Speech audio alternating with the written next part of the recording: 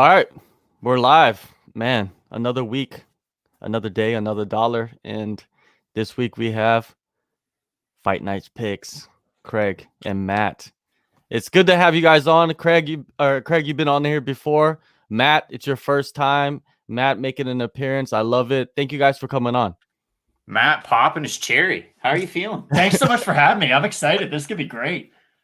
Yeah, for sure, man. And let's kick it off right away, man, and not play around today or yesterday. Today, I guess. Miesha Tate. She announced, or did the UFC who announced it? Like, was it something leaked? What happened?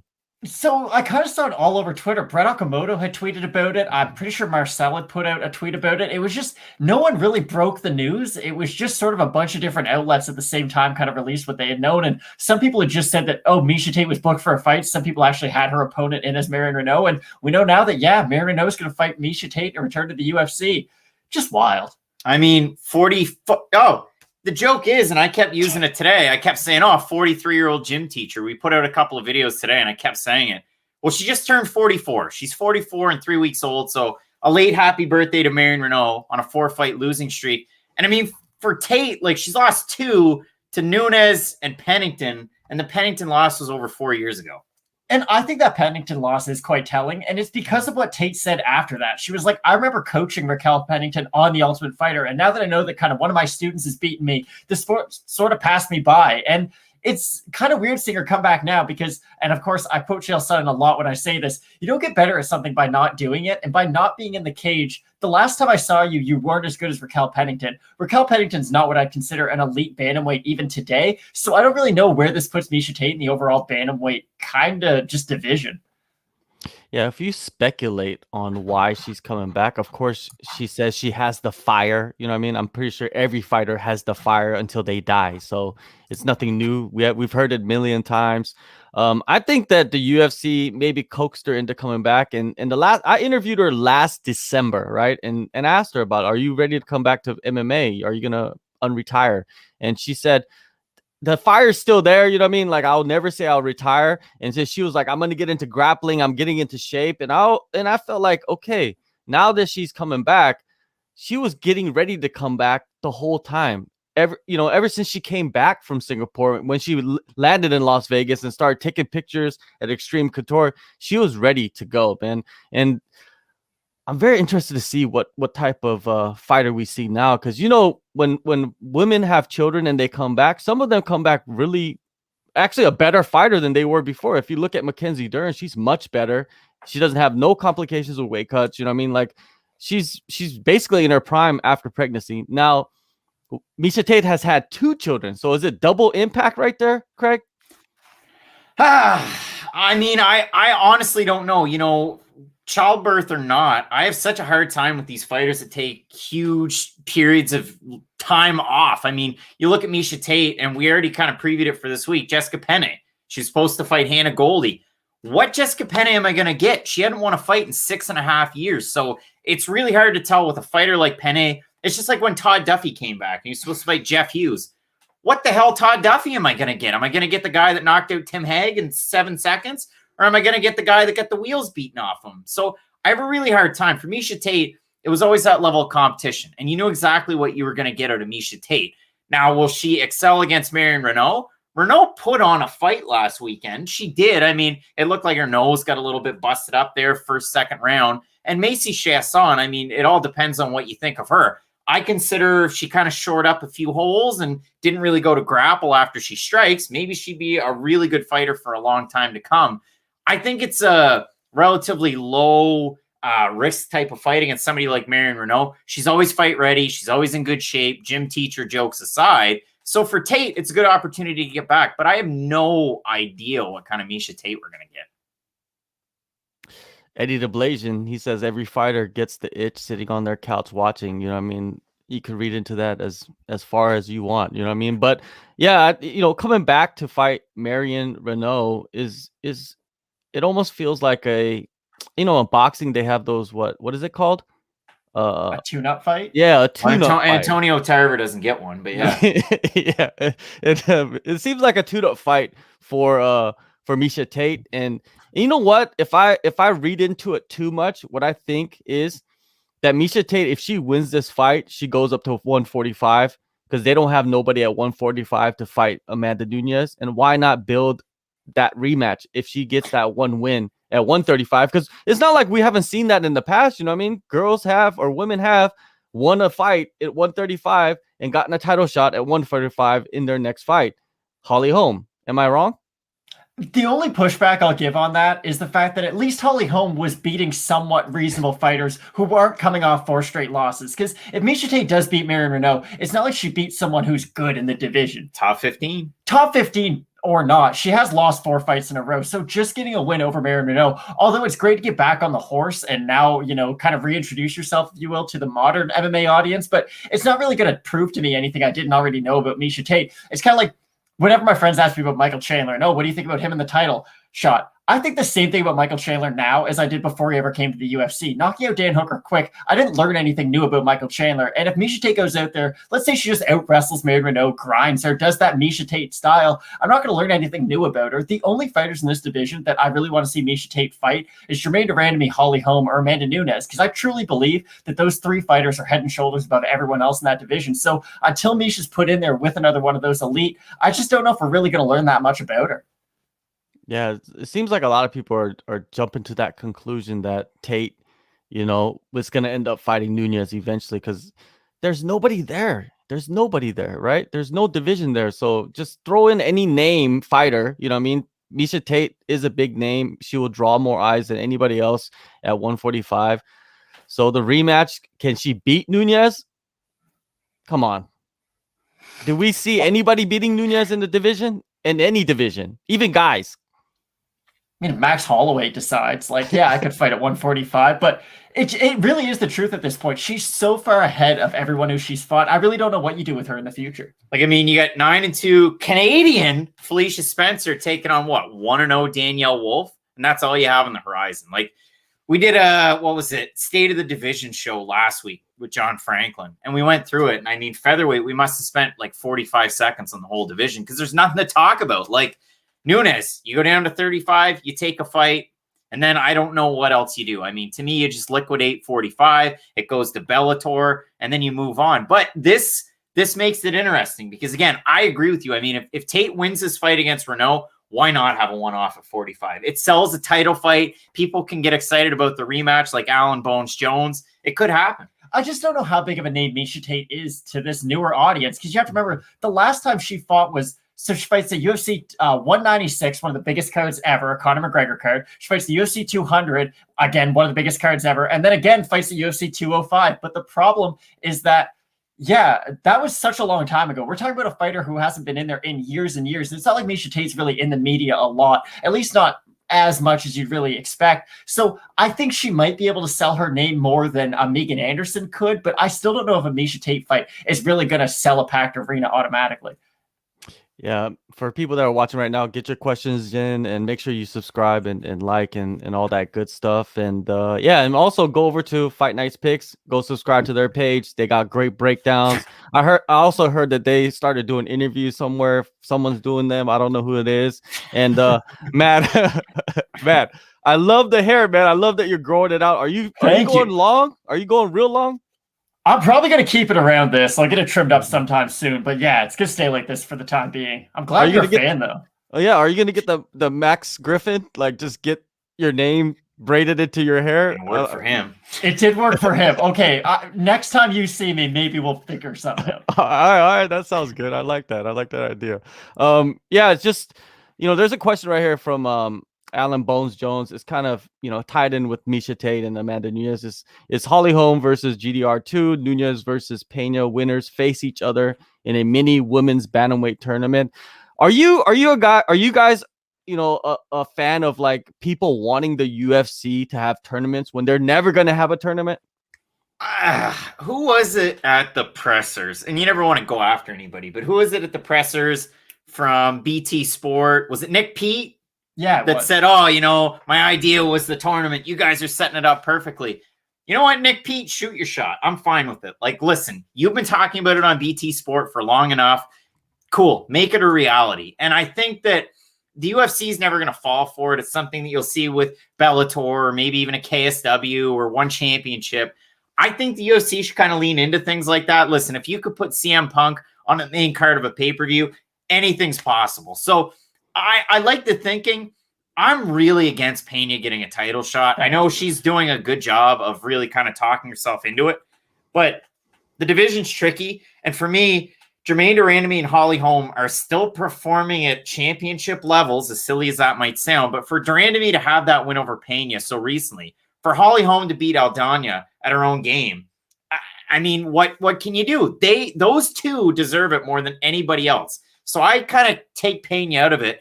And then by saying that, I don't really think there should be a tournament. But I am in favor of tournaments. I love them. So am I. I like it when the UFC tries anything new. If they use a terrible graphic when a fighter's walking into the cage, well, at least they tried something new. Because it felt like when they were tied down with Fox, they just kept the same broadcast over and over, event after event. And they never took any risks with it. So the nice thing is that it does seem like the UFC seems like they are slightly more open to change now that they are with ESPN. I would really like to see the tournament bracket, but again, I really doubt it's something that we're ever going to see. With Nunes Pena, to me, that would be like if the UFC decided Stipe could fight Tai Tuivasa, right? Like Tai Tuivasa, he's good at striking. He came off a win. If he gets on Twitter enough, he might be able to get a title shot. Like that fight does absolutely nothing for me. On the other hand, though, Holly Holm versus Germaine de Randamie too is a fight that I've really wanted to see, really ever since they were matched up the first time. Of course, the first time for the belt at 145, 5-round atmosphere. A lot of people felt Holly won, and Germaine de Randamie did a lot of dirty stuff in that fight. So I would really love to see that rematch, but that does kind of leave us with Nunes in this weird limbo. What do you do with her? Because right now, I don't think there is a clear-cut number one contender. I think if you wanted to say Germaine de Randamie or Holly Holm are a number one contender, you could kind of make that argument. But to me, I really do need to see those two fight again. So it does only leave Nunes with Pena, but I agree with Craig. I don't really want to see that fight, although I understand that's probably the fight the UFC is going to end up making. Yeah, Amanda Nunes has this unique situation surrounding her because she's beaten the two best girls in the division, and they're far ahead of the rest of the pack. You know, you do have Aspen Ladd, and she did fight GDR, and that was kind of a iffy stoppage, even though she was rocked. You know what I mean? She could have maybe recovered. But if I look at the division, GDR, Holly Holm, they're probably the clear-cut next fights for Amanda Nunes, but she's beaten both of them and beaten both of them convincingly. So it's like they're GDR and Holly Holm are fighting for the gateway. That's what I call it, the gateway title, which means like they're in front of the gate. They're fighting, you know, as the gatekeepers for Amanda Nunes. Amanda Nunes is so safe behind the gate. You know what I mean? Like, are people interested to see Holly Holm fight Amanda Nunes again? Probably. You know what I mean? I would like to see it. Do I want to see a GDR rematch? Yes. So if they do fight, I think they should get the title shot. I think Nunes, she should wait. You know what I mean? I think she probably doesn't mind. You know what I mean? Like she has a baby, you know what I mean? Like she could chill out, hang out with the baby, train, and then let these girls fight and figure out the division. With tournaments though, tournaments is not the UFC's thing. We're never going to see that in the UFC. Let one championship and ESPN has a tournament. It's called the PFL, right? So I don't think they want that. As you know, they'll let PFL do all of that stuff. So yeah, she's cleaned out the division. Aspen Ladd is the only one, and Irene Aldana, she recently lost to Holly Holm, I believe, right? Right? So yeah, convincingly. Yeah, convincingly. So Aspen Ladd, she needs to fight somebody up there. Pena should actually be fighting Aspen Ladd. Did they fight already? I don't think so. Yeah, I don't think so either. Yeah, and another name too, Ketlin Vieira is out there, and I know she doesn't always. She's not the most consistent fighter in the world, but I do think Ketlin Vieira on her best day is one of those top three, kind of head and shoulders above the rest of the division. But the issue is we don't really see her consistently enough in the cage, and that's the real issue for her. I got tripped up on Pena and Ladd because they were booked to fight last spring, and then it fell out. Pena fell out of it. So yeah, they haven't fought before. Yeah, I want to see. I think that should be the fight to make. Let Nunes chill. You know what I mean? Even though she probably doesn't want to, but you got to let her chill. And yeah, you got to chill, dog. Got to chill. So let's see some of these other, you know, there's a lot of WMMA stuff going on here. Let's look at this. What Jessica I versus Alexa Grosso. Is Jessica I, didn't she get booked recently to fight somebody? She got booked in a grappling tournament against Alima McFarlane. So that's going to happen. But other than that, no fight. That's Submission Underground this weekend, apparently. There it is. She's going to lose. She's gonna lose. Wow. Oh, okay. I see what's going on. Roe, Sozen, Truesdale. Jessica versus so it's not happening. I versus Maia. She has been booked for I. Okay, I has been booked to fight Maia. What do you guys think about that matchup? It's a good matchup, right? But I expected I to fight somebody a little bit lower, in the rankings at least. If Jessica I is going to be in a grappling tournament against Almeida McFarland, it kind of gives you a window into her training camp that at least she's going to be training her grappling ahead of a fight with Jennifer Maia, who's very good at grappling. But listen, A, I don't see I beating Almeida McFarland in a grappling tournament. B, I don't see Jessica I beating Jennifer Maia at all. No, here's the thing. If your fans have been watching any of our videos, they know my thoughts about Jessica I. I'm not her biggest fan in the world. And I just don't think anything she does is elite. And I think she's one of the weaker title challengers in UFC history, if I'm being completely honest. And I think Jennifer Maia honestly made a pretty good account of herself against Valentina Shevchenko. I know she lost that fight. She lost pretty much every single round, but she was one of the first fighters at least 125 who's at least shown that they're not getting dominated every minute of every single round. She showed that she does have a slight grappling advantage, if you will. She's able to get on top of Valentina. So I do think Jennifer Maia, she might find herself in one of those weird, like Junior Dos Santos, even Jermaine Durandamy, Holly Holm type situations where she's going to beat everyone until she gets up to that title shot. She won't be able to beat Shevchenko. So I honestly really like Maia in that one, but it should be a fun fight and a fight that should happen in the division. Jennifer Maia. Matt, the MMA gods are listening to you, and when they fight, Jessica I's gonna go out there and just box up Maia, and then you're gonna be like, "What is going on? Like, what happened to my life? You know what I mean? Like, what did Jessica I do in the last 3 months to just be able to beat Maia? Because Maia is a tank. I see the same thing. I see Maia going in there and just tanking her, just dragging her to the ground, just blanketing her and just submitting her real fast. I think that's a huge possibility because when you look at I and even her grappling like matches, when's the last time she won a grappling match? I believe she's grappled a lot, but she hasn't really dominated in that aspect either. So we'll see what happens. This is an interesting question, right? I'd like to get your guys' viewpoints on that. Should the UFC cut Cheyenne Bays? Okay, here's the question, because I've read both sides at a glance. Honest to goodness, I've read the headlines. That's it. So Montserrat Conejo said, I didn't spit on her. And Cheyenne Bays said, yeah? So Cheyenne thought that she got spit on at the end of the fight and then reacted in the weirdest way possible. I just didn't understand how that fight ended, to be honest. Like, if Craig and I know exactly what Montserrat's going to do in that fight, you would assume that Cheyenne would be able to as well. Like, if we go back and watch her fights where, like, she goes for head and arm throws and that's all she spams, you would assume Cheyenne and her team would probably go back, watch the film, and figure that out too. So it's very, very confusing to me that she wasn't able to, defend it, and she seemed like she didn't even really realize that's what her game plan was going to be, although she had mentioned that she knows what Ruiz's game plan is. Oh, she only goes for that head and arm choke. If you knew that going into the fight, why were you not able to defend that head and arm choke one time or throw? I'm so perplexed and baffled by the game plan because the whole conversation going into it was Conejo was supposed to fight Emily Ducote. And what do we know about her? Well, she had a lot of success in Bellator. Her record's a little salty, but she's taking on good competition, and she's a main training partner of Cheyenne Bays. So we're probably going to get a little bit of knowledge in that camp. And then, her fighting style, when she was at range, she controlled the fight. Like, her striking was really winning out. But then as soon as Conejo would just kind of throw those lazy punches and close distance, she was able to do whatever she wanted to. So I don't know if you'd cut her, but also you look at the strawweight division, there's no easy fights. Do you know what I would do? And the UFC, Sinew Fry. They had mentioned that they were going to do something similar to this when Contender Series had first started, but they haven't done it yet. And it's why does the Contender Series have one fight where it's an actual UFC fighter fighting for their career, where it's like you fight this regional champ. If you win, you get to stay on the roster. If you lose, they're guaranteed a contract no matter what. I think that would make Contender Series a lot more fun. You could even kind of make it a 5-round main event if you wanted to, because you would be using a champion from some sort of a regional scene. Hey, Dana, if you're watching, my idea. I think it'd be a really good idea. They had kind of done it with I forget who it was. I think it was Daniel Jolly he was in the UFC, got cut, and then he kind of had an opportunity to fight his way back into the UFC on Contender Series. Unfortunately, wasn't able to win, but I think it would add an interesting wrinkle instead of just having a lot of prospects who are like 3-0 or 5-1. And with Contender Series, you kind of know who's going to win anyways. There's always these overwhelming favorites. I think it would be really interesting. We had a fighter who's had maybe 2 or 3 losses in the UFC, and it's like, okay, this is it. You're fighting on the main event of Contender Series, and you have to fight the LFA welterweight champ or whoever for that matter. I think that'd be a really interesting thing that they could do on Tuesdays.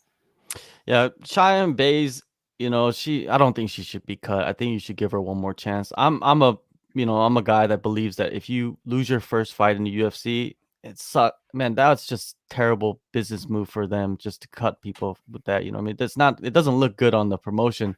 Also, going back to the spitting incident, when I saw that, I was reminded of Frank Mir, Brock Lesnar too. When Brock Lesnar just beat the crap out of Frank Mir, and then he went to the side of the cage and he was looking at the camera and he was like saying something, and then he was just spitting while he was talking and his mouthpiece came out. That's what it reminded me of. I think that's what she did to her, right? I don't think she actually spit on her, but she was probably saying something to her. And then, there's a lot of, saliva in your mouth, I guess, when you're fighting. So, if you've done jiu-jitsu, if you've done any kind of, combat sports, like even just take classes, it's going to get like that, right? And if you start talking, there's going to be spit coming out. So maybe it's just a bit of a misunderstanding, but we got one of the most, infamous sayings out of it is what? I'm going to follow you home, bitch.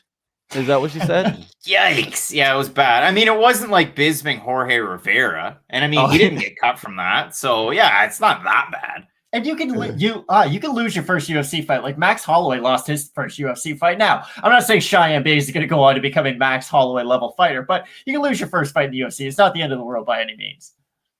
Yeah, there's Zaja Kita. He's like, Ruiz seems strong for the division. Seems like she can abuse her head and arm throw in the division, and lower level girls can do nothing about it. I believe that. I believe there's some girls out there that she could just manhandle and just strength her way through it. But eventually, she's gonna run into somebody that's not gonna get into that position, and that's what I want to see. I want to see her face somebody that can defend against those arm. Man, that head and arm throw. Why is it only effective for women? That's the biggest question. The weird thing for me, so Canejo was what, a Mexican wrestling champion, and if you even went back and watched like her XFL fight for the title, the strawweight title, she wins it, she's going for it. Then she goes to Invicta, and if you watch both of her Invicta fights, in both fights, Julie Kedzie goes, "I hate these head and arm throws. They're not going to work. It's crazy that these are working for her." If Julie Kedzie's saying that, then yeah, eventually it's probably not going to work for her. But you're right. I mean, it's something that you just don't see all that often in men's MMA. And when it works, it's like, holy crap. Like some of those Greco-Roman guys throwing people around. Like it's something that you might see Marco Madsen go for, but not a lot of others. So I don't have a good answer for it, but it is interesting. It really is. And it is way more prevalent in the women's MMA. And to kind of answer that question, I do agree. Like, I think she could just kind of abuse that one position and make her way, maybe not get a ranking just by doing that, but beating the likes of like a Hannah Cipher, fighters like that who are kind of barely in the UFC, those like UFC debutante level fighters, you're able to get away with that. But once she does fight, like, I don't know, Joanna Jędrzejczyk or just anyone good who can defend against that, I do need to see more wrinkles of her game in the future to really have a good idea as to where Montserrat Ruiz's ceiling is. Yeah, Ruiz, I want to see what she can do. And in men's MMA, you see the judo guys utilizing those head and arm throws more than anybody, the hip tosses and stuff like that. But other than that, you don't see guys that are just wrestlers do that. Wrestlers, double leg, single legs, you know what I mean? High crotches and stuff like that. So anyways, next one, Alan Bones Jones. Could Yanez? Hey, I love this guy. Yanez, man. I feel like a lot of people underestimated him coming into the Contender Series. And man, he's shown that he could step up to the plate and just perform like no other, man. Look at him. He's doing amazing right now. What is it? 2 finishes in the UFC. I think 2 bonuses.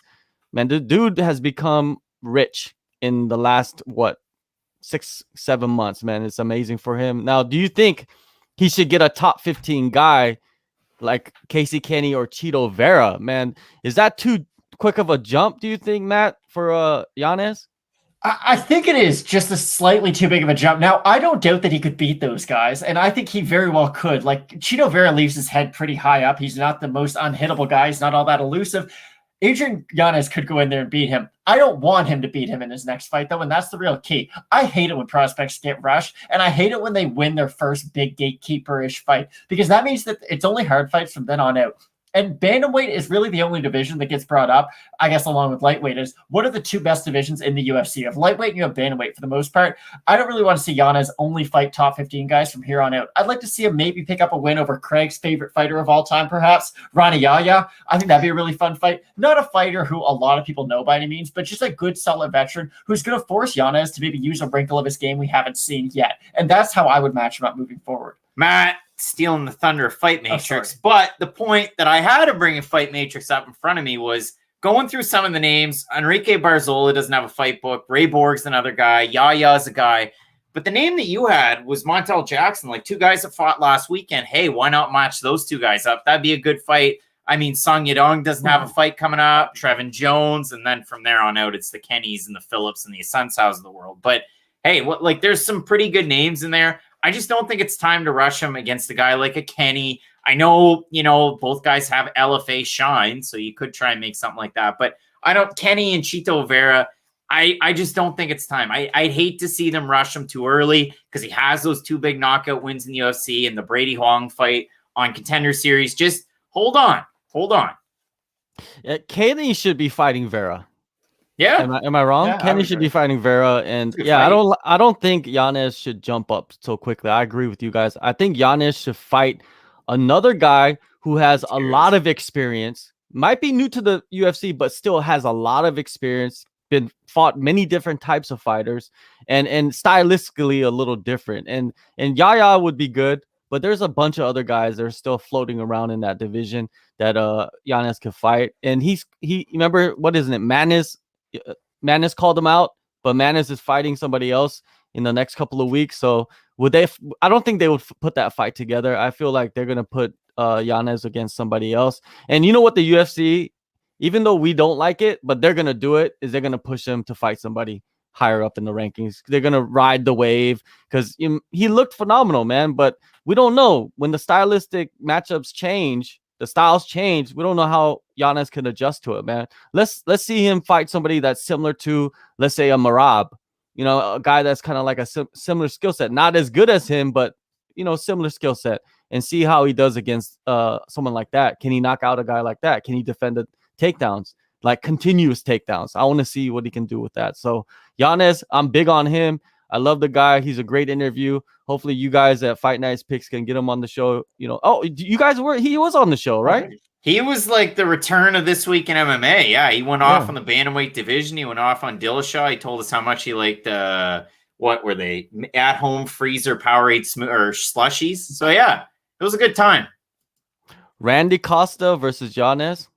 Do you like that? Do you like the sound of that? Well, who was the Zohan supposed to fight the last time? He had a fight booked and it fell out. We did a video on it. I can't remember who it was. Zohan? Zohan is a legend. That's his nickname. That would be a good fight, but that would be too much. Like, don't kill off one prospect just to boost the resume of another. Like, you have two really great young rising stars. Don't feed one to the other, because I think that'd be Trevor Jones. Oh, yeah, he was supposed to fight Trevor Jones. That would be a phenomenal fight. And I think stylistically, it would be like that would be on one of our Fight of the Night screens. I think we both agree to that.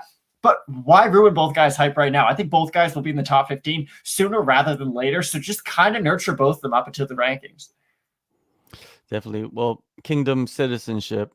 That's a crazy name, but I love it. Thank you, YouTube algorithm, for sending me this to me. Yes, thank you for joining us. And yeah. Let's before we get into some more of the questions, let's go into the other topic that was the news.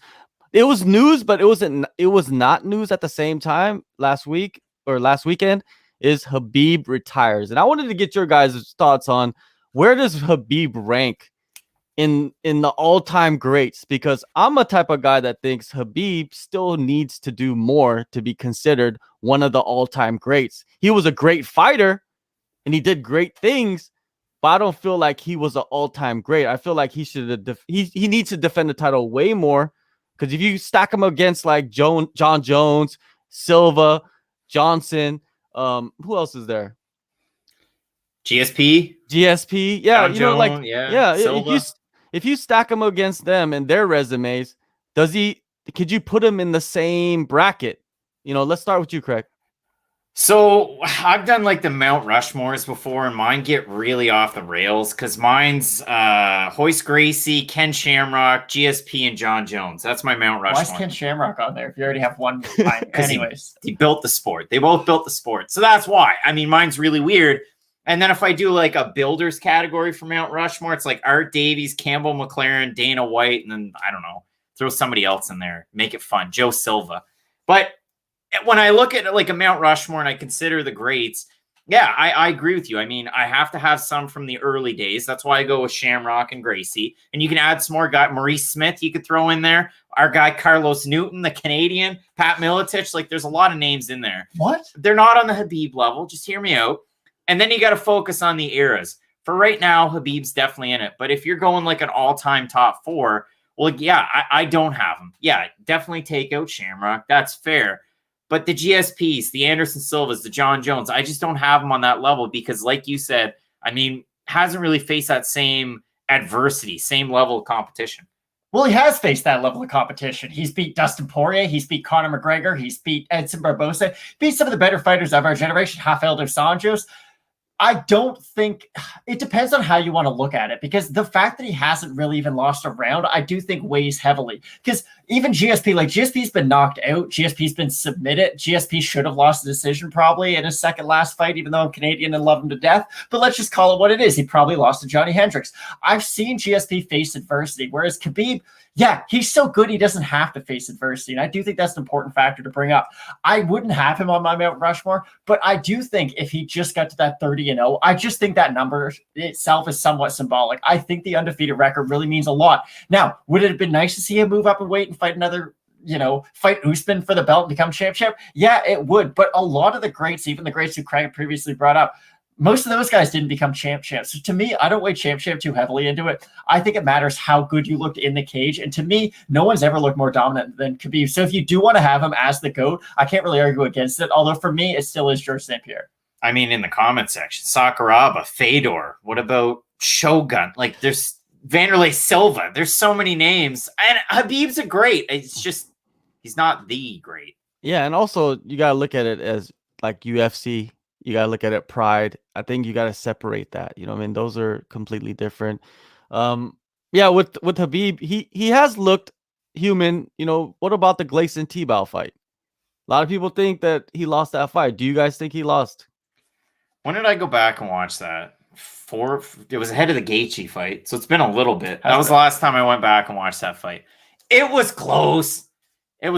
But I mean, I'm the type of person that, like, and Matt will attest to this, like, I'm super gray in certain areas and very black and white in other areas. And if the judges have it for Khabib, then Khabib won. Like, that's just the way I look at it. It was a close fight. I thought Khabib won. Yeah, what Eddie the Blazing brings up something. He didn't take out enough legends. Do you feel like, that weighs into it, like how great you are? My issue with that is that when you look at who the legends are of the lightweight division, it's not like he's going to fight Frankie Edgar. He's down at featherweight and bantamweight, so you can't really go down and weight to fight him. You can't fight Gray Maynard. He's not really even in the UFC anymore. All those legends of the lightweight division aren't even around anymore, so it's not really Henderson. Benson Henderson's in Bellator. Like, everyone who really came before him, Strabit RDA, who held the title, I guess. So that might count as a legend if you want. It hasn't really been his fault. It's just Eddie Alvarez wasn't at the top of the division by the time Khabib claimed the belt. So I think all of this is more of a matter of timing than anything. And when I think about John Jones, too, and kind of his last few title defenses at 205, do we really want to count Anthony Smith, Thiago Santos as like, oh, wow, those are top-tier title defenses that we can really equate to his previous against Daniel Cormier, against Gustafsson? I don't really weigh those as heavily. So although, yes, you look at the number of title defenses, those fights do count towards that. But those wins don't really mean much in the grand scheme of things. All right. The next question I want to get to, or they wanted our thoughts on, is he says Zorbod. I think OMalley gets beat this weekend. Your thoughts, Craig? It looks like you're steaming. Tell me something. Go Tominos. Yeah, I actually picked Thomas Almeida to win. And I know Matt really disagrees with me on this one, and it's fine. Like, there was one person actually in the comment section today that finally got it, and they were like, listen, you guys are going to be split on picks, and we enjoy it. That's cool. It happens. But if you look at that fight, Thomas Almeida against Jonathan Martinez keeps hands nice and high, utilizes the leg kick. Yes, it's up a weight class, and so you have to consider that fact. But for me, I like the improvements that Almeida's made, so he's not as reckless. And for Sean OMalley, there's so many question marks around health and injuries and all of that, yeah, it worries me to the fact that he's such a big favorite. I think Almeida definitely has a shot.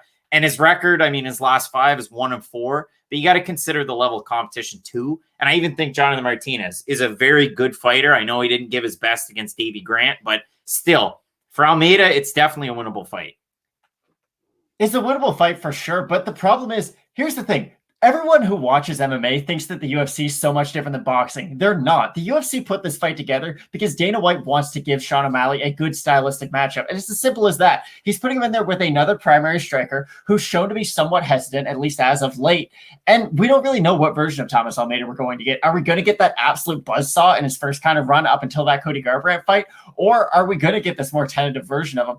I just don't like Thomas Almeida at 135. I've said it before and I will say it again. I think that weight cut is really hard for him, and I do think he becomes less durable because of it. And I just think the accuracy of Sean OMalley, I really only think he needs to land 1 or 2 clean shots to put Almeida away. It's not like I'm all that confident, oh wow, O'Malley's going to be in the top 10 for a long time in bantamweight. I just think he's a good enough fighter in this point in time to beat Thomas Almeida.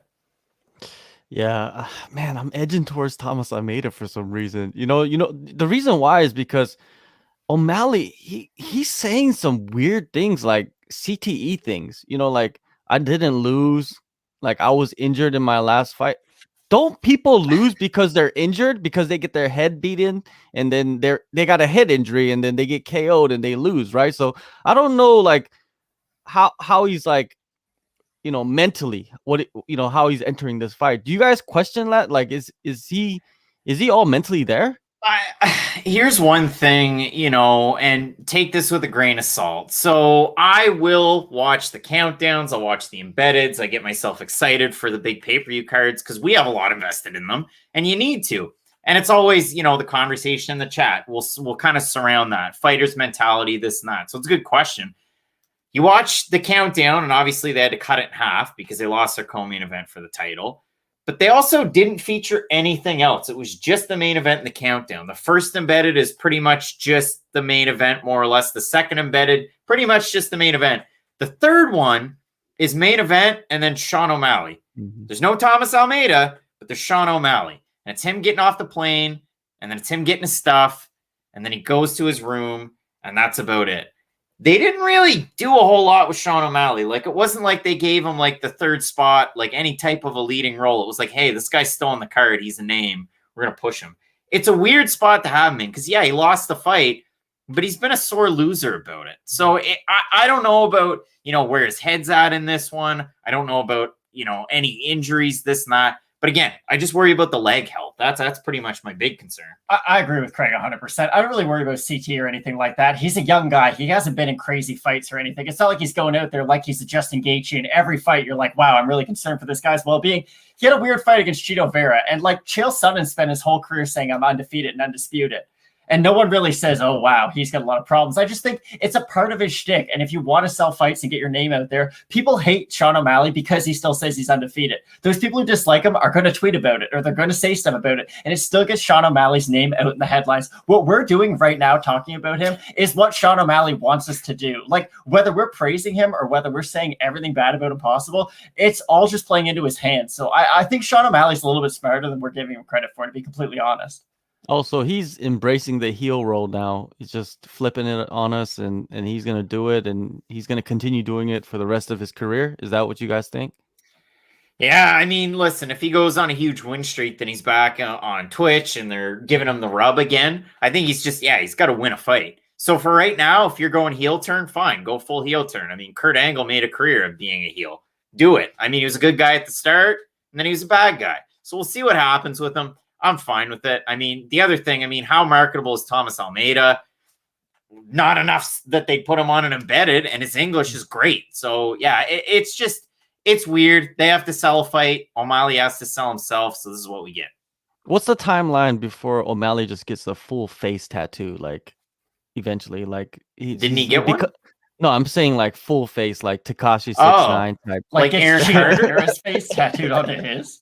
Well, I mean, yeah, I mean, if Jesse Strader could convince Aaron Carter to get one, no, I don't know how that worked out, but I don't know, man. Yeah, I mean, over under 2 years. I want to say this: if you do watch that embedded, his swag is second to none. That Phoenix Suns Sean OMalley Sugar and it says "show" on the back. That's pretty cool. Like those are merch goals right there. Yeah, I don't know. I just think that O'Malley, he has gotten a lot of push and attention, and he's getting on the embeddeds where other guys should probably get a little bit of shine on this card. And maybe he's drinking the Kool-Aid, man, like a little too much. Like he's drinking the whole. He's not drinking the glass. He's drinking the whole tub. You know what I mean? He's bathing in the Kool-Aid. And if he is, man, and if he's underestimating Almeida, I think he's gonna get knocked out in this fight, man. Almeida has the power, and I don't think you could. I don't think you should read too much into his comeback fight against Jonathan Martinez. You know, Jonathan Martinez is a tricky fight for anybody, right? But actually, the Jonathan Martinez fight is probably the best fight to prepare for Sean OMalley, and I see him going in there and doing this thing. But you know, a lot of people question Thomas, his chin, and we'll see. We'll see if O'Malley can touch his chin, and if he can, he'll get knocked out. So I'm gonna go with Thomas on this one, man. I just like Thomas for some reason, and O'Malley, man, he just hit the way he handled the loss, man. It's like the way that Aljamain Sterling is handling winning the title. You know what I mean? It's just something that it's just weird to me. But anyways, let's go. Let's move on. Before we get to more questions, guys, keep the questions coming, and there's a lot of questions for you guys, but we'll get into those. Let's go to the Kevin Holland situation. You know what I mean? Kevin Holland, he's known for talking. We know that, right? And he's talked since the beginning. You know, when he was losing to Santos, he was talking then, and he's talked throughout his whole career. But this time, I feel like it was different. You know, he was talking, but he was almost like he was talking too much, man. Like he was just like there was no focus on the fight. You know, he knew he was in the fight, but it almost like he was just on survival mode and he was just trying to entertain and not really win the fight, right? What do you guys think? What did you guys think watching that fight? What did you make of it? So here's the thing. If he knocks out Derek Brunson in the second round where he hurts him with that flurry, we're not saying this. Like, we're just saying, oh, wow, Kevin Holland can talk shit and also knock people out. I really think this more comes down to his wrestling defense than anything else. And I think it was he realized in that third round, like, hey, I'm probably not going to win this unless I can out-wrestle Derek Brunson, and it's not going to happen. So I might as well just play to the crowd at this point, or Khabib and Dana, if we're going to call them the crowd. It wasn't a good look by any means, but again, he did have moments in that fight. And it's not like he had these massive moments, but when he landed on the feet, you could tell it was affecting Derek Brunson. And it's something Craig and I talk about where Derek Brunson, when he started his UFC career, it's like, wow, the power this guy has in his hands. Like, you've really got to watch out for his striking. But now he's really flipped that around. And it's like, wow, he can wrestle. He's got good ground and pound. He's now a complete fighter. But in becoming a complete fighter, it has sort of taken away from his aggressiveness on the feet and just really his dedication to the striking. He doesn't lunge in as much as he used to, which is a good thing. You're not going to get countered like he did against Robert Whittaker, but it is going to make you susceptible to those long-rangey strikers who have a better reach than you. And I do think it comes down to the wrestling more than anything. I think people were discrediting Derek Brunson since this fight got booked. And I think it's because Derek Brunson beat Kevin Holland that Kevin Holland's now getting trashed. If it was anyone else in the top 15 who had more respect amongst, just sort of the MMA masses, if you will, then no one would be talking like this about Kevin Holland. I just think a lot of people are down on Derek Brunson. The thing to me was, you watch the fight, and this is a question John Franklin asked me after the fact, and I'm sure we're going to talk about it on our show.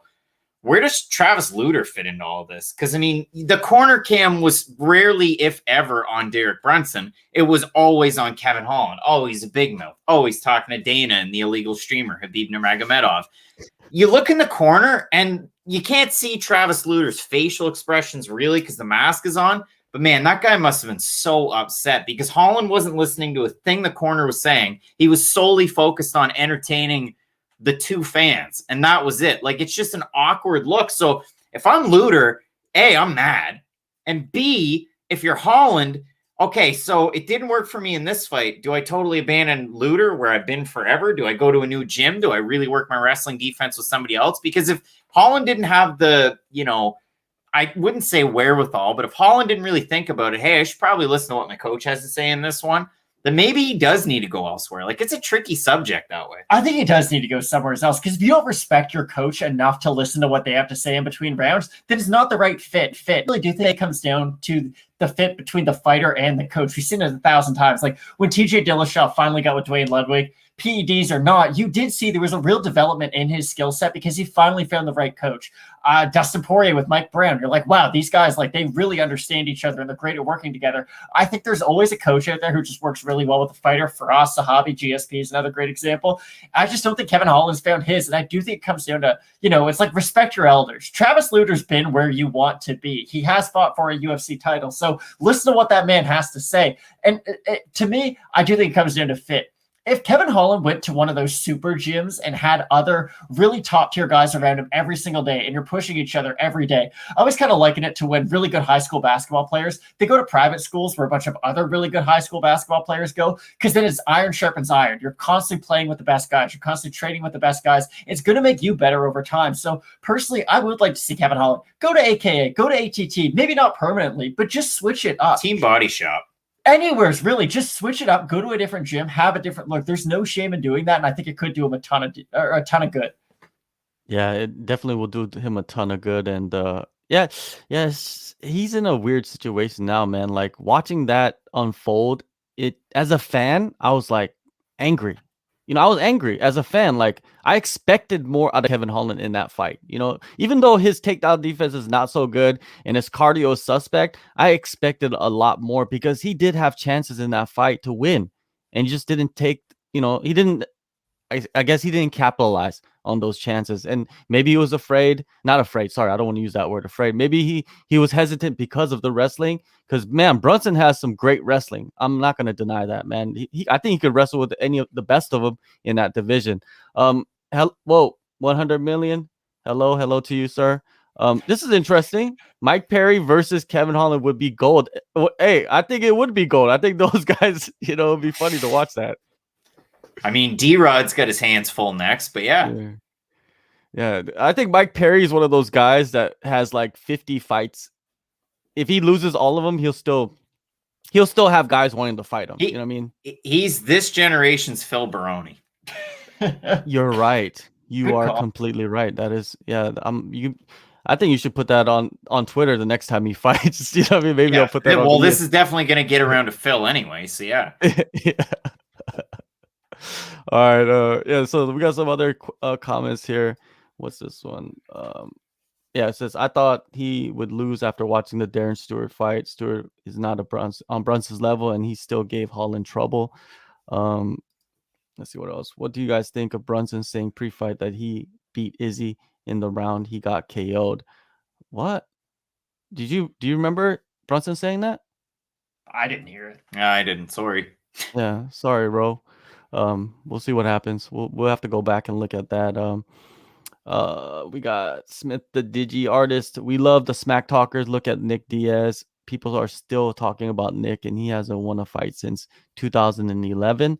Not me, man. I'm over the Diaz brothers. Like, I don't want to see them ever again. You know what I mean? Like, if Nate Diaz does come back, I give a little window for him because he does have that Conor trilogy. But other than that, I feel like anybody that's elite beats Nate Diaz. You know what I mean? Like, there's any fight that he's going to take, he's probably going to end up losing except for Conor. Because, he has that one win. And stylistically, I feel like Nate can do really well against Conor. And also Conor's not that Conor that we saw like 4 years ago. He's a different person. Another possible matchup for Kevin Holland is Brad Tavares. What do you think about Brad Tavares? Do you think that's good? Another guy that can out wrestle him. Yeah, it'd be an interesting fight. And Brad Tavares, we give him a hard time because he looks like he hits really hard, but he just doesn't have that many knockout wins. But he did look good his last time out against Antonio Carlos Jr. And it's not like Antonio Carlos Jr. fights in a similar manner to Kevin Holland, but he had good power in his hands. He showed off the wrestling defense. Like, Brad Tavares fought a good fight. I think that would be an interesting matchup, honestly. All right. We got Makoto off-topic question, but this one's for Matt. Why does Matt hate the current strawweight champion? I've seen his video. I've seen your videos, and you never give Zhang credit. Spoiler alert, I'll tell you right, I think she dominates Rose. I don't think that fight's competitive at all. Here's the only thing, and I think this is why. I just thought Joanna won that fight, and I understand Joanna's face looked worse, but I just thought she won 3 rounds to 2. I still think Wei Li beats everyone else in that division quite soundly, honestly. Like, that's how highly I think of Wei Li. I don't know. I'm sorry if I've offended you, but I do think she's insane. I really do. Oh, God. Hey, Craig, what do you think of Zhang? What do you think of her resume so far? You know what I mean? Been before you talk, you want to chime in. She's been more impressive as a champion than she has when she came up, right? Am I right? Am I wrong? No, you're right. So tell him where you were when you saw her win the title. I don't know. Where was I? It was the morning Craig got married was when she won the title. Yeah, that's true. So, I mean, hey, kudos to her. But, yeah, I mean, apparently I have enough good things to say about her to not get called out. And, I mean, listen, I don't think I've ever said a bad thing about her. I've included her in our thumbnails last week. Again, we had a state of the divisions, and Zhang Weili was right there. So, yeah, I mean, I consider her in very, very high regard. I know a lot of people want to see the crossover fight with Shevchenko. I don't. Like, I'm fine with champions cleaning out divisions, and the strawweight division is the premier division in women's MMA in the UFC right now. And for me, I mean, there's so many fun matchups to make. I know a lot of people are excited about the Yan Xiaonan fight. I'd love to see that too. So for me, there's that fight. There's a Joanna rematch. There's the Namajunas fight that she already has. There's Esparza that continues to make gains. Like, there's so many fights in this division that I'm excited about. And obviously Tatiana Suarez kind of hanging out in the background. So yeah, there's so many fights to make. And I really do think she's the bee's knees. Going back to the Joanna fight, you know, that fight was so close, man. I watched it again. I don't know who won that fight. It could have been either girl, right? And if Joanna won that fight, I wouldn't be mad. And you know what? I wish she did win the fight. Then we could see the rematch immediately. Because Yeah. she lost, we don't get the rematch, right? If she was holding the belt, the UFC, they could argue, you know, the UFC said, okay, that fight was so close. It was one of the greatest fights. Let's just throw it back together and get it on. But it's not. Now they're moving on. And Joanna, I feel like the judges just saw her face. It was so close. The face was the deciding factor. You know what I mean? It was one of the worst, like, hematomas I've ever seen in my life, right? It like, oh man, I don't want to be rude, you know what I mean? But it was bad, right? It was bad. And and I feel like, yeah. Was it UFC 129 that was at Rogers Center when Mark Hominick fought Jose Aldo? 129 or 127. I think it was 129. And that, to that point, that was the most disgusting one. Joanna takes the cake without a doubt. Oh, it was like all over her head. You know what I mean? It's not, Muhammad was just like, you know, like he just had a big old egg in his, like a big giant Easter egg in his forehead. But man, Joanna, she's an animal, man. And I think like she's still a contender. She's still championship level. She's going to probably end up being a champion eventually again, if she continues fighting. Let's go to this next question. Do you guys see Thiago Santos getting cut coming off 3 losses, even though it's at the top of the 205 division? But I think he should rematch Anthony Smith at 205. What do you guys think? Has anyone kept track of how many fighters Dana White's cut yet? Because he did say there was 60. So if they're at like 59, I really doubt that they're going to use that last 60th on Thiago Santos. But it has been weird because I don't think we're seeing the same fighter post ACL surgeries that we did see before. Because you really have to think, did he beat John Jones? It was close. It was a split decision. One judge thought he did enough, but he did sustain so much damage to his legs in that fight. And not to give myself too much credit, but that was a massive talking point for us in that Glover Teixeira fight. Like, Glover's really, really good at wrestling. And if he's able to get on top of Thiago Santos, I'm worried about that explosiveness that he had. And it only takes one. It only takes one. And it did. Like, he dropped Glover multiple times. It seemed like he dropped him every round. It's just Glover was able to get on top. And the wrestling defense isn't what I'm worried about with Santos. It's his ability to eventually get back up to his feet. He's just kind of a fish out of the water on his back. He looks kind of like Sarah McMahon when she gets taken down. There's just not that much to offer. So I think there's still matchups out there that he could win. Anthony Smith is a guy who will stand on the feet with him for a little bit. He's, of course, got really good jiu-jitsu, but he kind of lacks the wrestling to get the fight to the mat. So I think there's still a lot of fun fights out there. It would be a shame if the UFC cut Thiago Santos, because him at his most exciting, I would say, is one of the most exciting fighters in the UFC. And I think there's plenty of winnable fights for him, but I think his time in the top 5, top 7, if you will, has probably come to an end. What do you think, Craig, about I Santos? mean, Smith's got a tough fight coming up against.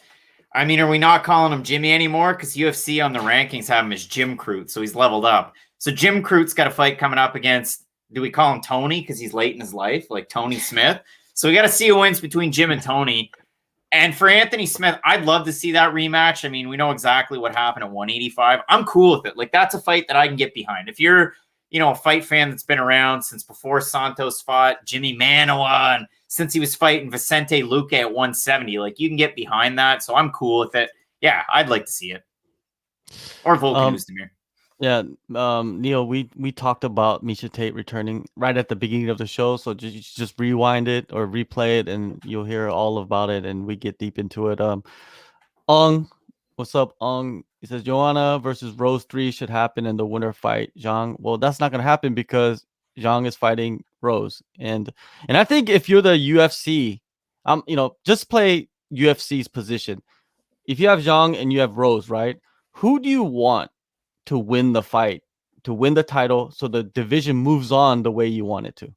Zhang all day, including Sunday and holidays, 100%.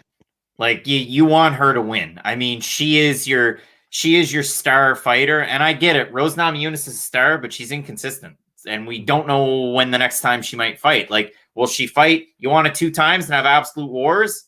Yeah, that can happen. Or we could have long periods of inactivity. So for me, Zhang Weili all day. And I mean, listen, she has global appeal too. So I really, really think, like, again, I'm not getting called out in the comment section, but I've been pretty high on her for a while. For me, it's Zhang Weili. But for Matt, it's not. Oh, no, I agree with Craig 100%. I do think it's Zhang Weili, because here's the thing. If Rose wins, it's hard to make a trilogy between her and Joanna because Rose already beat her twice. And yeah, their second fight was close, and Craig shrugs his shoulders, but it's true. You can't really make a trilogy where if at the end of the trilogy, one fighter can be 3-0 against the other one. Like, it's not much of a rivalry if you never beat me. And in Rose's mind, she doesn't really have to take the fight against Joanna if she doesn't want to. Now, I understand the UFC would probably force her to, but if Weili remains champ, then you've got the Rose rematch if you want to do that further down the line, because I have a pretty good feeling Rose versus Weili is going to be a very, very good fight. So that rematch in the future would be great. And of course, it would set up the Joanna rematch. So Weili, without a doubt, the UFC's hoping she stays champ. Now, Roy, he says, what do you guys think of Izzy laughing at the thought that Vittori still thinks he beat Izzy? Man, Vittori has become this angry individual, right, in the past year or so. It's fun to watch. Well, I mean, yeah, unless you're Carl Roberson. Like, yeah. Man, I want to see that fight so bad. Like, I'm not discounting Darren Till, but if we weren't Fight Night picks, we were just fans. Not media members, just fans. I want that rematch all day. Like, that fight is so much fun. It sells. I like Al Zolino on Twitter can get excited about it. Like, Italian MMA is at the pinnacle. I want that. I think Adesanya should worry less about what Vittori thought of him and worry about what he's going to think of him, because I think that's a matchup we're going to see in the future. And I think it's going to be a matchup for the belt. I think that highly of Marvin Vittori after what he did to Jack Hermanson, because the worry I always had with Vittori was that his gas tank was good. He just never showed a great one. And he always sort of fought at the same pace, and he would tire as the fight progressed. We not only saw him in a 5-round atmosphere, we saw him in a 5-round atmosphere against a guy known for his very good cardio. And Marvin Vittori absolutely outlasted and just looked phenomenal against Jack Hermanson. So I would really like to see that fight further on in the future, because I think the wrestling of Marvin Vittori offers a really interesting wrinkle to Adesanya. And when I look at the fighters in middleweight who fight most like Jan Blachowicz, Marvin Vittori is kind of the first guy who comes to mind. Yeah, I want to see that rematch too, and I feel like it will be for the title. That's why I believe that. I don't know. It's a weird situation because Vittori, if he fights like he did against Hermanson against Till is gonna get crushed. Like, it's not gonna last 5 rounds. It's not gonna last 3 rounds. That fight will be over in 2. I think Vittori is on another level now, and his years and years working with Rafael Cordero at King's MMA, I feel like now we're getting to see the striking at a high level compared to like when they fought earlier, right? And like you said, he has the wrestling, he showed the cardio. It's just perfect timing for him to make a run at the title. And all the Italians in the world, I'm pretty sure they got all the support for him, man, and I love it.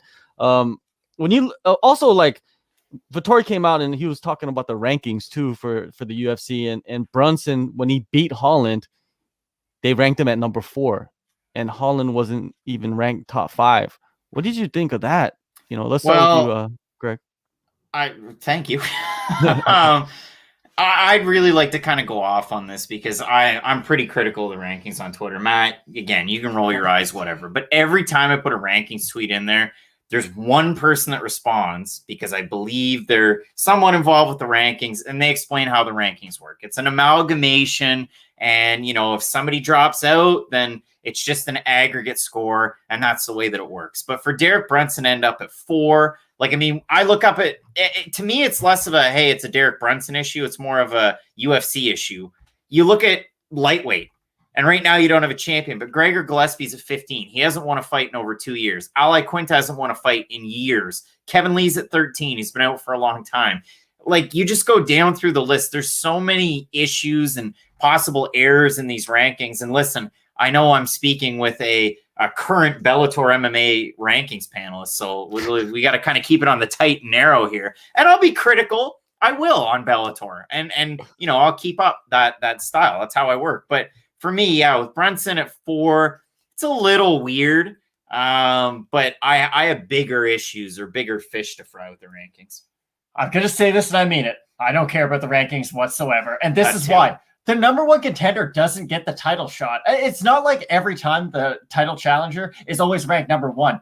They're the 4th ranked guy fights for the title, the 3rd ranked, the 5th ranked. It's just the storyline going into that title fight. And if Marvin Vittori goes out there, let's say TKO's Darren Till, he's getting a title shot ahead of Derek Brunson. I don't care what the numbers are next to their name. So I think people got to stop caring about the rankings as much. I think it is much more storyline based because even look at it. Colby Covington is the number 1 contender for Kamaru Usman. I think we can all agree. Their first fight, very close. He looked great against Woodley. I'm fine with him being that. But he didn't just fight Usman for the title. Burns did. He's not fighting Usman next for the title. Masvidal is. The rankings don't mean anything, and they never have. So I don't understand why anyone would get upset about something that's never really mattered ever since they were first put into place. Definitely. Next question, Zaja Kita. What do you guys think about the UFC setting up Ribas and Poliana Viana 2 to find out which Brazilian girl to invest in? Plus, both are marketable. I don't know about that, man. I feel like they should be fighting someone else. I don't. Why would you rematch at this point in your career? There's no point in that, right? Poliana Viana unranked beat. I wanted to say Molly McCann. It wasn't Molly McCann. It's 2 M's. She trains out of Elevation. I'll get to it. Who is it? Who'd she just Mallory fight? Martin. Mallory Martin, 2 M's. So she just beat Mallory Martin, who was unranked.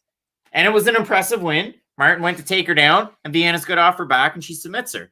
And then for Ribas, you lose to Rodriguez, that has a very good opportunity in the top 10 and is a very exciting fighter. It's just a weird kind of matchup. I get, like you said, it's a rematch. They fought on the regional scene. Viana finished her, if I'm not mistaken. So it makes sense if you look at it on a sheet of paper, but it doesn't make a lot of sense to me. Again, storyline-wise, it just feels like Ribas is so much ahead of her in this division when you still think about it. And yeah, the Rodriguez loss, it was bad, don't get me wrong.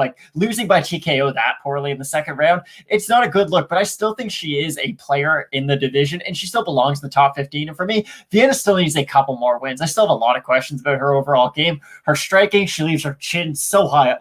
Her and Luke Rockhold are probably the worst for just holding their chin really, really high in the air. It's just no one's made Viana pay for it. Well, a hand of Cyphers even did. So for Viana, I just don't think she's there yet. I think 1 or 2 more wins, we might see that rematch in the future. Maybe when they're both sort of in that top 10, top 15 space, but I think it's a little ways off just yet. Yeah, I think so too. And there was a question up here about Carla Esparza. You know what I mean? Here it is. Zaja Kita coming with the WMMA questions all day, every day. Will Carla Esparza continue her streak or win Jan finally put her down, or will Jan finally put her down? What do you guys think of that matchup, Jan and Esparza? It's an interesting stylistic matchup. We're not the people to ask. I mean, you got to ask Drake Riggs about that fight, right? Because he's leading the Anjou non-hype train. But I mean, for me, you look at the wins.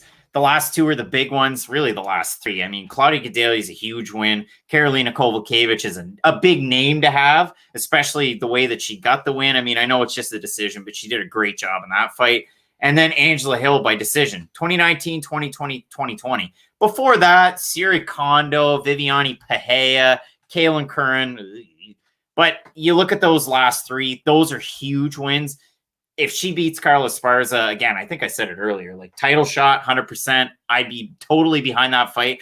Carla Esparza is not an easy fight. We always say like she's scrappy. She is. She's scrappy, and she always she has an edge in one aspect of the fight or another over opponent. And that's always an interesting thing. So is Esparza going to wrestle early? Like what's going to happen in that fight? I love the matchup on paper. It's a great one. It's a really fun fight, and it will be interesting too. I never thought Carla Esparza would make her way back up to a title shot. I could be very open and honest about that, and I like Carla Esparza. I would say I'm one of the bigger Carla Esparza fans out there, all 5 of us. But still, it has been nice to see. She makes her way to the top of the mountain. She falls down, and most fighters never make their way back up. But at least Esparza, she does look better every single time we see her, and she is always making improvements. So I think that's a really important fight, and it should be a really fun fight too.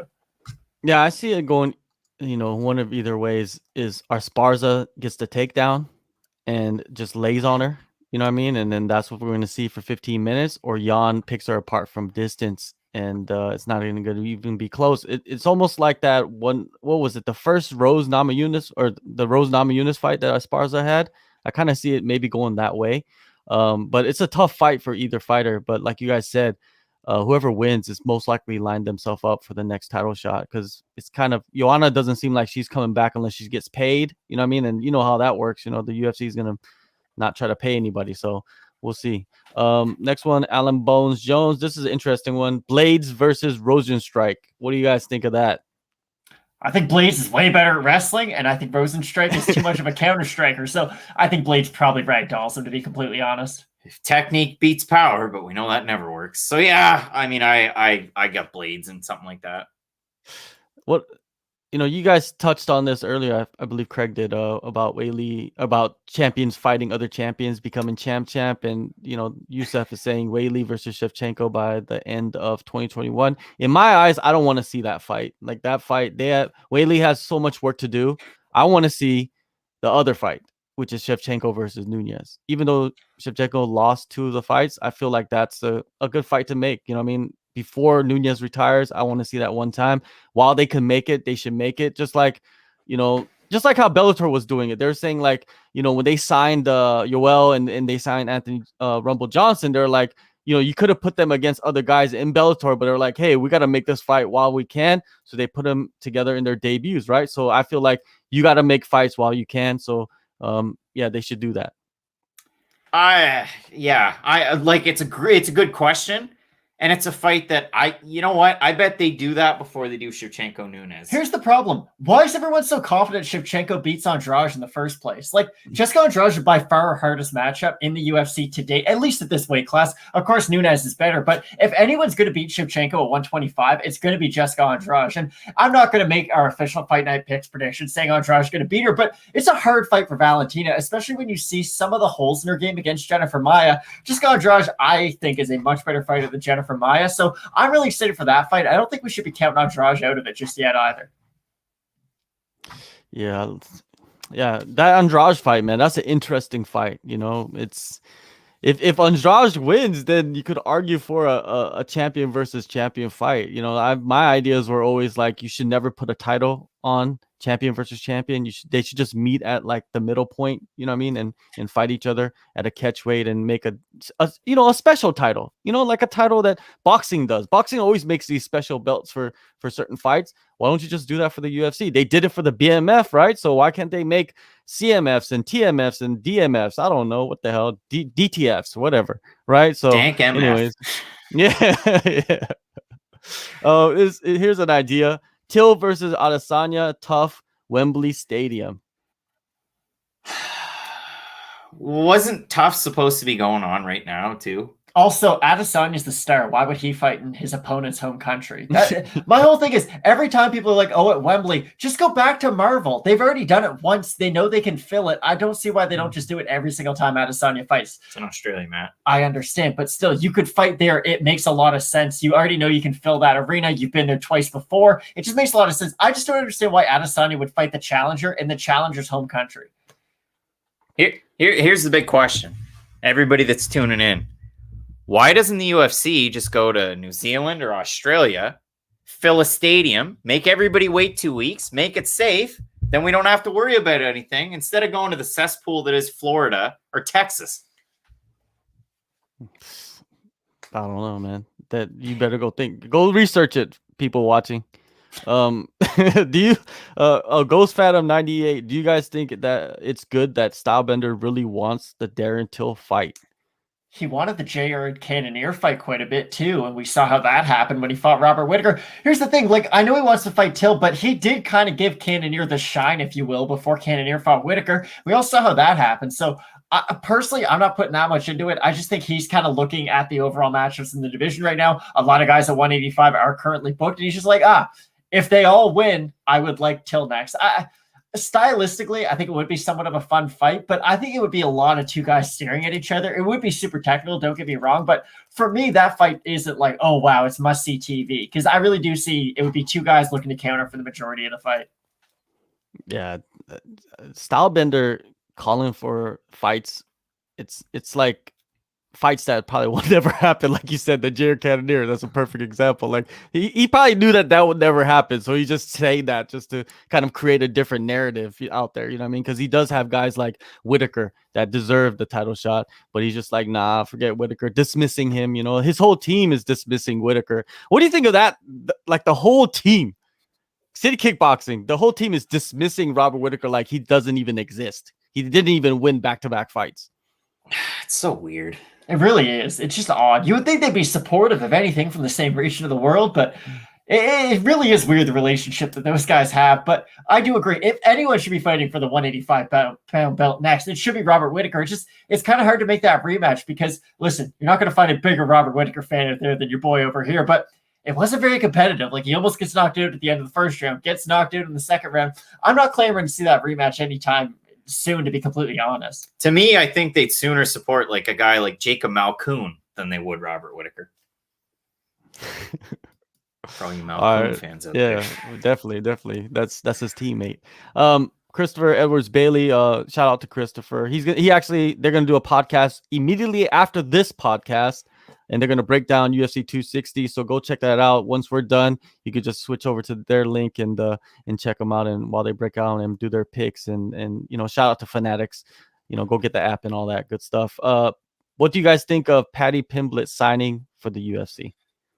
That's a great question. The last two fights that he had, he fought Decky Dalton back, what was it, March of last year. I remember getting ready for that card because he's supposed to fight Donovan Desmay, and that was an exciting fight. And he'd been away for a couple of years. He's coming off the loss to Soren Bach. That was a great fight, a lot of fun. Big tune-up when Desmay falls out, so then he fights Decky Dalton. And it was like, okay, well, Decky's, you know, fought some names, but, you know, he had no business being in there. And Paddy finished him in the first round. Then David Martinez, the name was out there before Decky Dalton, what have you. They fight. What was Paddy Pimblett in terms of the odds this past week? Like a -600 favorite or something crazy. And he wins. So he has two big tune-up fights in the last full calendar year. Before that, I like the wins that he had. You know, Juicy J, he had the loss to Narimani, but that's career building. The fight against Civitas was insane. That's one of the craziest submissions you're ever going to see. To answer the question, were the reports true that he kind of turned down the offers that were kind of put forth by the UFC before, like a few years ago? You're looking at me like I'm his agent. Because, well, Graham Boylan, I guess I'm asking you if you're out there. Like, what's the scoop there? Because, I mean, I think Paddy Pimblett's a great addition to the UFC. I just feel like it probably could have happened a lot sooner, and now we get him here. I know there was injuries, there's different reasons, but man, it's just a shame. And again, knock wood, hopefully we get the Wembley shows, and hopefully Liverpool gets a huge card so Paddy can headline like he did when he fought Soren Bach. Like, Paddy Pimblett is an arena fighter, and you need a crowd full of people to get the Where's Your Head At mashup with Tiesto as part of the mashup. Like, I get excited for a Paddy Pimblett fight when I'm at home, but he needs a full crowd. So hopefully, yeah, he can draw a pretty big opponent in his debut. But I think it's a great signing. It just probably should have happened sooner. Now, if you look at Paddy Pimblett, and then you look at the other guy that just recently debuted in the UFC, Mason Jones, who has the higher ceiling, do you think? Hot take because he lost his UFC debut. I really think Mason Jones is the higher ceiling between the two. And I agree with Craig. I think we're getting a Paddy Pimblett. I don't want to say he's past his prime because he's still fairly young, but we're not getting him at the best time for him to enter the UFC. And for Mason Jones, he didn't become champ at Cage Warriors by accident. And the fight against Mike Davis was pretty close. And I think fairly high Mike Davis. I think he's got really good power in his hands, great boxing fundamentals. And that was a great back and forth fight at one fight of the night, if I'm not mistaken. So I really do think Mason Jones is going to go on to have a long and very good UFC career. But it really is hard to say because I think both guys are going to go on to have pretty good UFC careers. Like Jones is really, really well-rounded. He's definitely has better hands. Out of the two guys, Mason Jones is an awesome boxer. And he's got a big fight coming up against Alan Patrick in June. I think he steamrolls Alan Patrick. So for me, Jones, I mean, he's 25. Paddy's still young, right? What is he? 26. So yeah, neither guy's washed. But for Paddy, he could have got in a lot younger. For Mason, he had to build his record up. The Manikivi fight was good. Joe McColgan was good. The Adam Proctor fight was good. For Jones, it was more career building. Still a young guy. I really like the ceiling on Jones. All right, we got about 15 more minutes left for the show, and get your questions in now, so you could so the boys can dig deep. Now let's go into this question. It says, "Isn't Tate's position in one a conflict of interest if she's fighting in the UFC?" Well, when she signed to take the position at one championship, her contract was still going. Her contract hasn't been voided. I think she has if I'm not mistaken, 5 fights still left on her UFC contract. I thought it was 4. Yeah, 4 fights. Yeah. Something like that. It's not one fight, right? It's not 2 fights. It's a few fights. So, I don't think it's a conflict of interest. I think she probably stepped down from her position at one championship because if you look in her bio on Instagram, there's nothing mentioning one championship. So you would think if she's something in one championship, she would be putting it into her bio. So maybe that's it. Jaja Kita says, "You guys gonna watch the PFL?" Matt won't. No, I don't care about the PFL at all. If I want to see a bunch of guys wrestle each other for 15 minutes, I just go watch wrestling. But I'm not the biggest PFL guy. I don't know if you could tell by my answer. I'm excited about it. They've added a lot of really good names. I did a whole highlight profile about Yulia Paich coming in, and then they matched her up against a really good fighter in her debut. She's fighting Larissa Pacheco. So they're going to kill that hype train pretty quick. Their matchmaking is weird. I understand tournament format, playoff format. It's still really weird the way that they put fights together. I know I threw the tweet out there, you got Magomed Karimov. Is he a star? No. Is he a good fighter? Yeah. Does he have a boring style? 110%. If you're going in there for all action, if you want to see a kickboxing match, then you're not going to watch Magomed Karimov fight. But I get excited to see him fight, and he probably could have won their second tournament if it wasn't for an injury. So they put him on the prelims of the first card back. It's just really, really weird. I'm excited about some of the names. It's a shame that our Canadian brother, the Canadian gangster, Olivier Aubert-Mercier, is out of his debut, and they had to bring in another fighter. I'll watch it. I'll get excited about it. It's always great to have more MMA out there, but some of the things they do, I tell you, it is just baffling. Neil the Security, I love the name. Other than Connor, I'm not really impressed with Irish fighters in the UFC. Have you guys been impressed with the Irish fighters? I'm pretty sure the only other one that I can remember being very impressive would be the GOAT Artem Lobov, but he's not even Irish, right? He's Russian Irish. I don't know. Joe Duffy lost his last fight and retired. Mm-hmm. It's not great, but we're Canadians, and we once had a prosperous MMA scene, and I don't know if you've been watching a lot of UFC lately, not a lot of Canadians in the win column. So just every, country region has their ups and downs, and right now, Ireland seems to be on a bit of a downturn, but that stuff can change pretty quick. You only need one good prospect to get people around excited, then you have a lot more people training in that gym and just sort of in the area in general. So it's one of those things that can sort of rise and fall pretty fast, but I wouldn't look too much into it. All right. We got another one. You guys gonna watch DJ versus Adriano on 1 TNT? Hell yeah, I'm gonna watch that fight. That's an incredible fight. What do you guys think? But are you gonna watch it on TNT? No, I don't have to because I'm over here on the other side of the world where I could just probably watch it on YouTube or the app. Yeah, I'm not gonna watch it on TNT either because we don't have it in Canada. But that card, it's a great card. The product that one's gonna put out for these TNT cards is absolutely insane. So yeah, it's hard not to watch. Flyweight title on the line. It's a great fight. Sells itself. That card has Alvarez in the co-main, correct? Yeah, I believe so. Yeah. So you're gonna draw in the North American audience with just Eddie Alvarez alone, let alone DJ. But Adriano being on the card's a huge deal. Like they're really setting these ones up where if you're a North American fan and you've never seen one championship, here's an opportunity to see some names that you already recognize, but some names that you might not that definitely deserve the rub. So yeah, I'm gonna be tuning into that and all of the shows in the month. I might expose myself as a bit of a casual. I don't watch as much one as I should. And that's just the honest truth. I should watch a lot more of it, and I can be very open about that. I'm definitely going to tune in for this card, though. Again, Demetrius Johnson's arguably the greatest fighter of all time. We brought up the GOAT conversation earlier. If you had said you wanted to have him on your GOAT conversation, or he's in your Mount Rushmore of MMA fighters, you're going to get zero argument from me. So the fact that he finally is fighting for the title outside of the UFC, I'm excited. So hopefully it'll be interesting. Do you think him winning this title in one will really boost his, argument of being the GOAT? Or do you think what he's already done is his resume at this point? Yeah, that's not necessarily a great question for me. I would defer that one. How about that? In my eyes, it would add to his legacy. But in most people's eyes, especially around the world, I don't think that they even really care.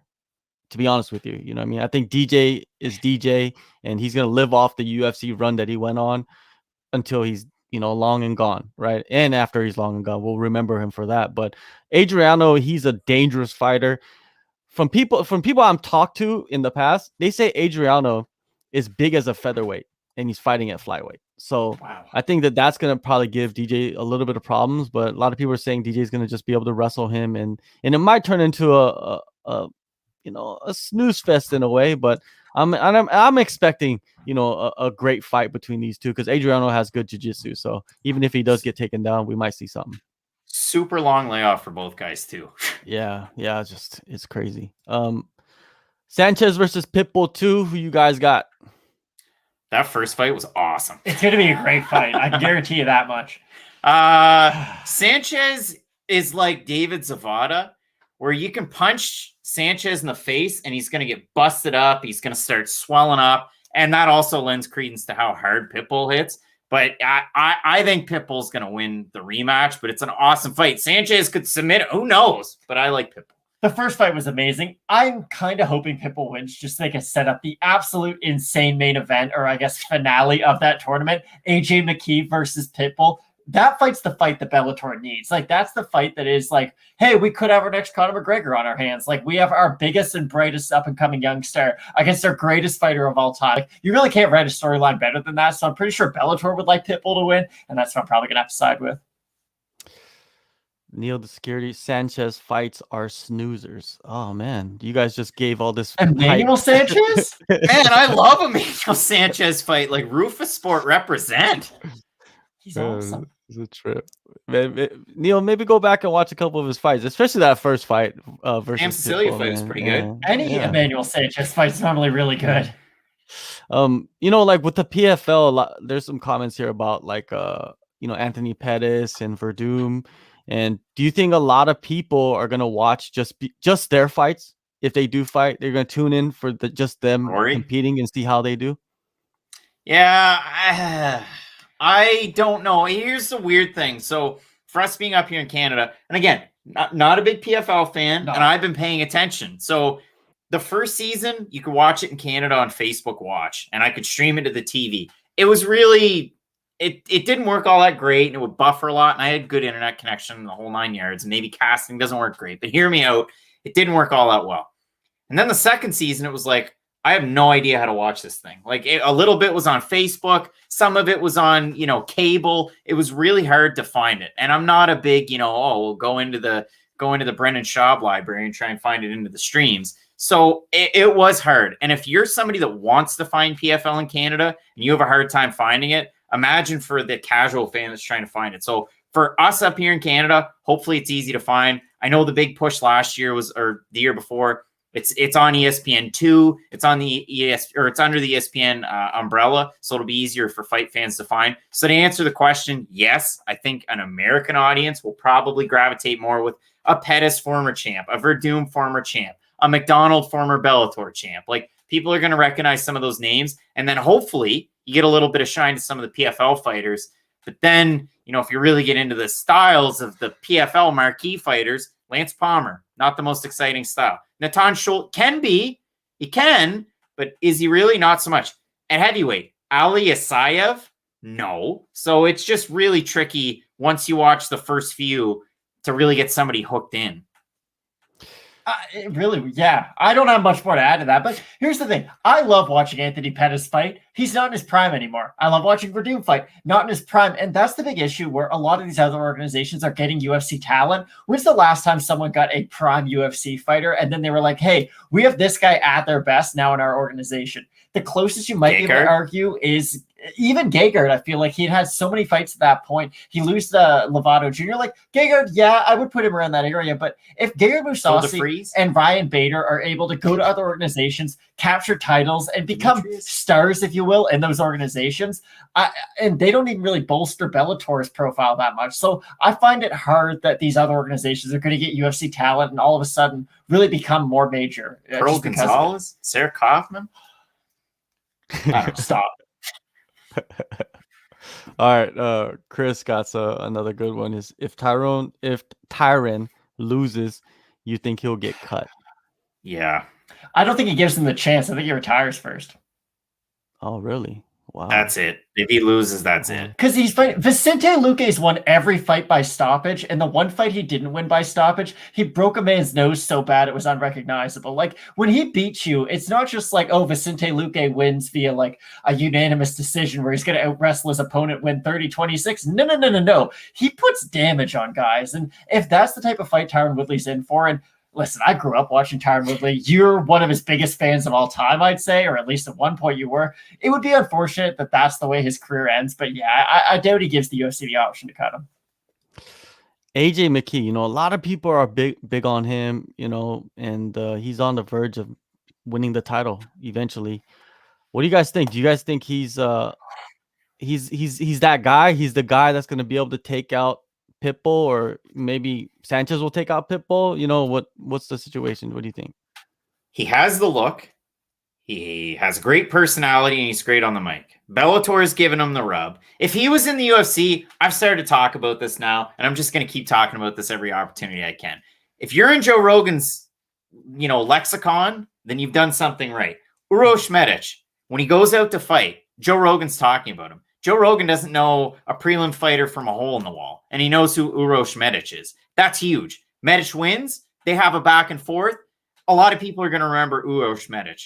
AJ McKee's that type of fighter. If he was in the UFC, Joe Rogan would be talking about him. It's just unfortunate that he's not. So Mike Goldberg and John McCarthy can, and Josh Thompson and the like.